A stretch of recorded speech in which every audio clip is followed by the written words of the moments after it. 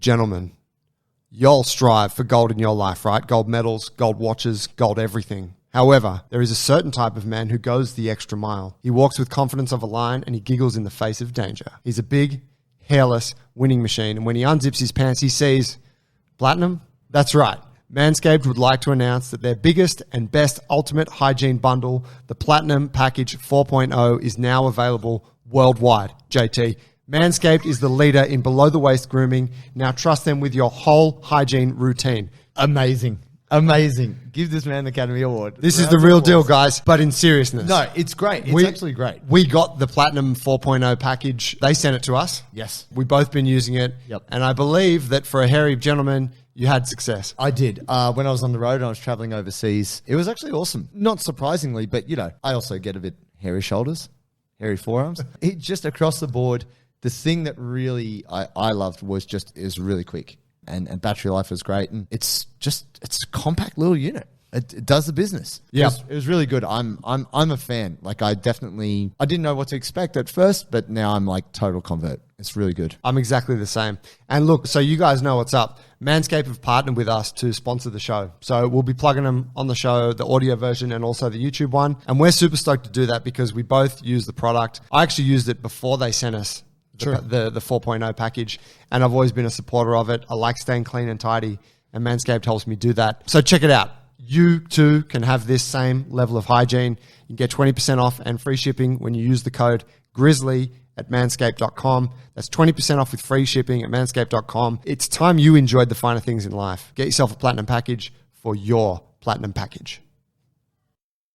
Ladies and gentlemen, welcome to another Bulletproof for BJJ podcast. I'm JT, and I'm here with the wonderful Joseph. What's up? Yo, guys, man, this is a topic, and it's probably not discussed enough, but we need to bring it up, which is how are you going to negotiate jiu-jitsu when you start it later in life?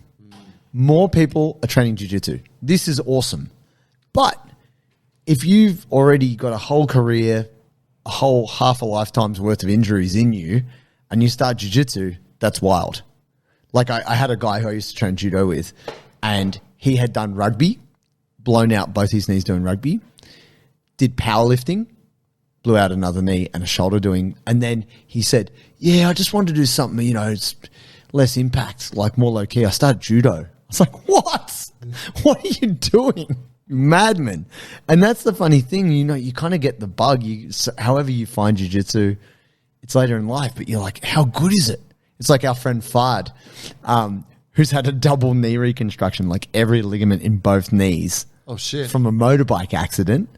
And now he's saying to me, he's a blue belt. He's like, hey, JT, can you show me leg locks? I'm like, dude, I can't. I don't know if that's like morally responsible. Yeah. There's some important things you have to do as an older athlete to get through. There's just stuff that you're not going to get away with if you're serious about staying in the game. And yeah, I think that's the key. The key perspective is that the shit you won't get away with. Yeah. So it matters that you do this stuff even more. More important than anything. Yeah. And I believe that as jiu-jitsu grows, actually it's funny, Samoan Strongman on Instagram, shout out, my guy, he was saying how watching his kid compete really motivated him. Seeing his son, he's like, man, I gotta, he's always been in like powerlifting and strongman and combat sports as well, all this stuff, but it's his son's passion for jiu-jitsu, which has kind of reignited it in him to want to train. And yeah, it's really cool. But what that means is you've got a bunch of jiu-jitsu mum and dads who are probably putting their priorities on their kids and their business. They're probably missing a bunch of stuff they need to do. What do you think is key for these people, Joseph? All right, so we've got a little list here, and the first thing that we sort of said is of utmost importance is having a body that's in shape. So whether that means that you need to get in shape because you're coming to jiu-jitsu and you're not currently in that good a shape, or maybe you're doing all right, maybe you're already doing some training, you're kind of strong. But what we do tend to see is that most people coming in at an older age are tight and immobile. Yes. And both of these lead to, like, there's a glaring issue here in that you're going into a sport that is highly dynamic, highly loaded, super chaotic, And you're often doing it with people that are younger than you. You're often doing it with people who are more experienced than you. Or actually, maybe that doesn't even matter because it's more fucked up when they're less experienced than you, right, in terms of the chaos piece. But you got to build a body that is prepared for the rigors of jiu-jitsu. My mind goes towards strength and mobility. And I guess when I say that, I'm just thinking like you need to be strong and you need to be flexible. Like you got to be able to move in ranges and you got to have an adequate amount of strength there to be able to earn the right to play a sport that is as hectic as jiu-jitsu. Yeah, definitely. I mean, I tend to lean towards mobility first just because what I have seen a lot, and it's actually usually recreational sport that wrecks people. So there's a phenomenon that happens in Melbourne. I don't know if it happens in New South Wales, always around grand final time. When the grand final is on for AFL, this is an Australian sport. You may not be privy to it. Grand final is a big thing in Melbourne, and the amount of people who get a few beers in and they're like, I used to play footy. Let's kick it around, and roll their ankle, fall over, break their leg, Rico their knee. Like, it's a real phenomena that people, like, around grand final time, the ER is slammed with people who are just a bit... biomechanical issues. Who just have done no real sport. They're like, yeah, grand final, I can kick a footy, and have done a serious mischief. And that's the thing. We take it for granted that you should probably warm up. Like, you're not thinking about warming up when you just, hang on, hold my beer. Yeah. I'm going to do this, right? But you're just as... this cunt. I fucking fish hook him. You're just as likely to get injured on some weekend recreational nonsense game as you are doing it real serious. Yeah. And I think we're probably not respecting how demanding jiu-jitsu is. We just see people rolling around on the ground and you're like, well, how hard can it be? I can get around this. And you get a taste of it, right? Your first class. And they're like, hey, have a roll with that guy. And you're like, this is fucking electric. This is mad. Yeah. I feel alive. This. Yeah. But, you know, you don't often get that. The coach isn't often going to let you know, hey, you also need to take up a full-time physical regime to sustain this bitch. Yeah, the coach pretty much always never tells you. The coach is like, hey, man, great to have you here. Just keep showing up. You'll be in tomorrow, right? Yeah. You're going to get fit and strong doing jiu-jitsu, man. You're living the lifestyle. And you're like, mad. You get down the path, they'll be like, hang on a second, I got more injuries than when I came into this bitch. Yeah. The jiu-jitsu is the body breaker. Like I find like for our sort of like the older generation now, you get a lot of this, like you get a lot of, I don't want to generalize too much, but I'm trying to, a few males come to mind who have come to jiu-jitsu at an older age that I've met recently, and they're all like coming from something. They all did some shit before. Yep. And you can tell that they did it pretty hard and to a decent level. And then whatever, life got the better of them, and now they found jiu-jitsu and they're like, oh, I'm getting back on track. This is jiu-jitsu. my thing. And it's like, man, no one has told you that this thing is not a fitness solution. No. Like this, it's a great sport. It's going to burn calories. It's going to make you kind of fit and, you know, strong in certain ranges. But like you got to do some shit in a formalized way to earn the right to do this. Yeah, for sure. And I think that, you know, coaches are guilty of definitely selling it like passively as a fitness. Oh yeah, mate. Look at my guy. Look how fit these guys. You know, like you know, because they want you to be there. They want you to experience it. They're not there to try and instruct you to go and fucking do a strength program as well. No, you can't expect someone who's an expert in jiu-jitsu to also, like, if you've dedicated 20 years of your life to something. Sorry, bro. Sorry. Can't expect that? No, I'm saying the classic jiu-jitsu coach who's spent 20 years just doing jiu-jitsu. It's a joke. You know, not funny, bruh. You know who you're talking to? Giga Chad. Look at this chin. But that's the hard thing, because what I see as a classic thing is someone who's spent their lifetime dedicated to their family, their work, and now they've got a bit more free time later in life. I want a hobby. I want to get some fun. What am I doing for me? Yeah. I want to do my jiu-jitsu. But they're having a hard enough time just making 3 classes. What, you tell me I got to stretch as well? What the fuck? Yeah. But I feel like it's easier to access than that, guys. Like the way we always frame it, like trying to build in mobility as part of your warm-up or as part of your cool-down with jiu-jitsu is a good way to chunk it. man, if you can't touch your toes, like if you literally cannot lean forward and put your fingertips on your toes, just no warm up, you shouldn't be doing birimbolos. I don't care how cool it fucking looks. Like, inverting is not going to be good for your spine, especially if someone sprawls on you or whatever. Like, if you can't control your own body in a very easy, simple way, throwing your body into the blender of jiu-jitsu and then throwing in the concrete ice cubes, which are training partners, is not going to be good for you. Yeah. I'm thinking too of a woman I trained with, I don't know, sometime in the last few months, who was new to the game. Okay. And I remember she showed up over Advantage, and she showed up to one of the like advanced classes. Oh. Which was, I happened to be coaching it because Ads was off that night. Okay, yeah. And and she showed up, and I was like, oh, hey, like, what's your deal? And she's like, oh, it's I think it was her first, or it was a second night, I think. And she I'm just like, came to the advanced class. yeah. And she's like, well, this is the only class I can get to. Right. And coach said to just come along. And I'm like, yeah, that's fine, you know. And so, you know, she was great in the class. I said, hey guys, make sure when you're rolling with so-and-so, like just go easy, teach some stuff. Accommodate. Yeah. And she was like a fucking savage. Like she was just getting after it. Wow. And she had this big smile on her face the whole time. She's like, this is so much fucking fun. Like I haven't done shit like this ever. Nice. And she's like, I've just been raising kids for the last fucking however many years. And now I can finally do something for me. It was the most beautiful thing for her in that moment, nice. You know, and I fully felt that, and I'm like, fuck, I respect that. But in the back of my head, I'm like, fuck, man, you can't just have been doing life and then show up to this thing and just it's all going to be like great, like you know. And I didn't want to lay it on her there. It wasn't my place, but it's like, do some weightlifting, like you know. She was on the other end of the spectrum where she was like really mobile, and could like get into all sorts of positions. Perfect. Great, right, but also at risk because can get like at a different risk because she can get put into all sorts of fucked up positions. Right. Like tight people are fucked because they can snap easily, but then super bendy people can just get over bent easily. Yeah. So either carries risk, but you know, it's just that thing, and I'm like, fuck yeah.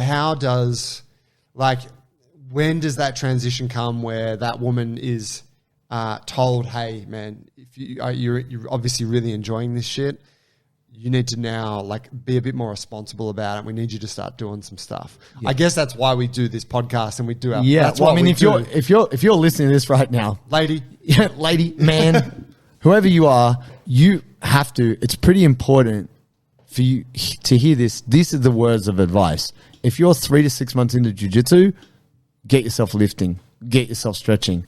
If this is not part of what you do, then you are on a definitely like one-way road to like another major injury if you haven't experienced one yet in life. Like it's like this is coming, and that we don't wish that on anyone. It's just like no one told you, you've been told. You got to do it. It's also going to help you enjoy it more. Yeah, right. You're building a body that's just more functional for the sport, and that just means that you can just extract more enjoyment from it. Yeah, for sure. Second point is you got to dial in the basics of recovery. Yep. Like you got to have these foundations just looked after. And we're talking mainly here, I got sleep, nutrition, hydration. Yep. You can't be dropping the ball on any of them. And this is the shit that you get away with in your But what about crystal healing, Joe? Is that recovery? I mean, you know, I've been up to the Northern Rivers and I got to say, I came back, you know, we did a fuckload of mushrooms, but I felt good. And there's a lot of shops up there selling crystals. You better crystals judge. Or the mushrooms. Yeah. Like, what was it? You got to sleep, and we've banged on about this, so we don't have to go super deep into it today. But sleep is sleep is everything. You got to be getting good quality sleep. Obviously, not everyone's able to all the time, particularly young parents. But you got to do what you can to get good sleep. And if you're not, you need to then take that into the training room to be like, all right, I had a shit night's sleep. I'm not going to go super hard tonight. I'm just going to like do some drilling and whatever, light rolls, whatever the fuck. But not respecting your sleep is a great way to crash and burn. Nutrition, got to have that dialed in. You have to be eating well, enough to be supporting your training, enough to be giving your body the building blocks for repair and tissue regeneration and whatnot. And just not fucking skipping meals and being over caffeinated and then binging on alcohol on the weekends like a lot of fucking older people I know. Yeah. Right? Like you got to kind of treat yourself like an athlete, which probably seems to be unreasonable. People are like, hey man, I'm just fucking doing this shit a couple of days a week. But that's the demand. Nah. Treat yourself like an athlete. Like you will benefit from looking at yourself as that rather than, I'm just a 40-year-old having a crack. Yeah, but what's the downside, guys? It's like there is no major downside to being better prepared, better fed, better slept. But is there, if you go the other side, is there a major downside to being poorly slept, poorly fed? Yeah. You're gonna crash and fucking burn. So it's like, why would you choose the thing which is far more risky and far more negative in terms of how you live your life? I mean, I would go, I agree with all of that. But the second thing I would prioritize is actually capping your training. It sounds weird. I know some coaches would be upset with me for saying this. Look, let's say you're 40 plus, you're doing jiu-jitsu, whatever. Even if you're like 35, whatever. Like, so you're new to jiu-jitsu, you're a bit older, it doesn't matter. Cap your training. If you're doing 3 a week, if you've hit 3 good sessions that week, I would actually say instead of, we had a question around this recently, instead of doing extra jiu-jitsu, even though you might love it, that use that free time if you've got it to do some lifting, or use that free time if you've got it to go do yoga or do your mobility. Like, take time to do some body maintenance. 3 in a week, you more than enough. That's it. Because you're not a pro athlete. Like, don't get it twisted. You should look after yourself like an athlete, but you have to know that more jiu-jitsu isn't necessarily better jiu-jitsu. Yeah, and I think almost kind of further to that point, it's like, don't try to emulate what the 22-year-old purple belt at your academy is doing. No.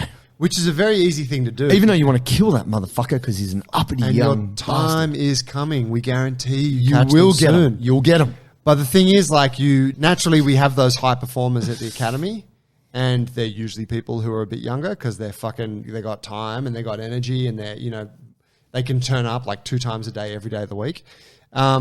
It's really easy to oh man, how much are you training? Like, what do you eat? And like, a different person to you, different stage in life. I just scooped the pre-workout into my mouth. Like, you don't need the water, bro. It's what the meows do. And I've been doing fasting and it's working great for me. So good. Don't try to fucking match that shit. And this is like the classic thing that we see with all sorts of athletes. You see it with like gym enthusiasts where it's runners. like people trying to follow like an Olympic weightlifters program. Sure. And it's like, that guy's an elite athlete. Like, that's an Olympic caliber athlete. Like, that's not the program for you. Yeah. But we can't help but be drawn towards the high performers. Well, it's sexy. It is. You want to be like your heroes. That's right. But yeah, so don't try and match it with them. So if they're training fucking 7 days a week, that's mad. It's not you. Sure, maybe there is extraneous circumstances. Maybe there are a few of you out there who are able to do that.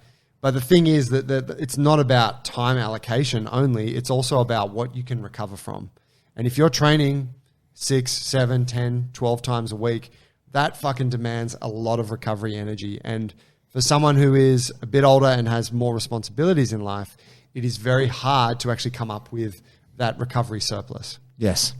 And I think the other thing on this is, it's funny, we had this discussion last week, I think. Really, it's important, and I'm gonna take an example of lighter people. Now, if you're at a big enough gym, and not everyone has the luxury of this, if you have enough bodies on the mat, and the coach is aware enough, sometimes they'll split the mat, like under 70 kilos or under 72, over 72. That's where you don't want to be a 75 kilo human, because then you get lumped in with those people. I truly believe there is no huge benefit in a 55 kilo person rolling with a 100 kilo person. I just don't think it's there. Even though it is good for a bigger person. Look at cost benefit kind of analysis. Yeah, the risk of injury, all of that. And I'm going to extend that and say that actually it's better for older people, it doesn't matter where you are on that spectrum, wherever you see yourself, to train with older people. Like, sure, if you're some hardcore, tough male or female, and you want to put beat downs on young people, go for it. That's cool. But legitimately, if you're in your 50s and you've been in jiu-jitsu for a while, your risk of injury going up against some big, young, really athletic person is higher. I would actually say my third point is find an ally who's of a similar, vintage. Yeah, wherever you're at, caliber, similar goals, similar things, and practice your jiu-jitsu together, not necessarily in class. It's good to have allies in class, like someone you can roll with who is going to keep pace with you and not try and heel hook you for whatever reason, because you don't even know what heel hooks are. But someone who you can go and have a jiu-jitsu jam with. Maybe you do it in the garage or whatever. You have a few rolls, you work on a bit of technique, and you're working to a similar pace. This is one of the keys to jiu-jitsu longevity if you're coming to the game later in life. That's what I would say. Yeah, I agree with that. The only exception I would say there is if the younger person that you're rolling with understands the situation. Sure. And you're like, hey man, like I'm not trying to be a world beater here. And they're like, cool. And then they can like calibrate their intensity to match yours. Like, I say that as... I think that's harder to find. Oh, but those people are out. I think if the communication is open between you and that person shows that they can control themselves, which arguably a higher belt should be able to. Should. Then I think that that's a thing. But you got to know that that's a thing. And you have to talk with the person if you want to try and have that relationship. I mean, I think my first few years of Jiu-Jitsu, I didn't talk to anyone about, you're just like, let's fucking get it. Yeah. Now, as a guy who's not trying to beat the world, I'll tell guys, I'll be like, hey man, fuck, I'm not in, I want to take it a bit easier today, or I'm not interested in working legs because my ankle's a bit fucked. Classic Joey move. And then I take that hey, motherfucker's bro, back and I choke the shit out of them. Shall we just go, hey bro, do you want to flow? Want a pad flow? I love me some pad flow.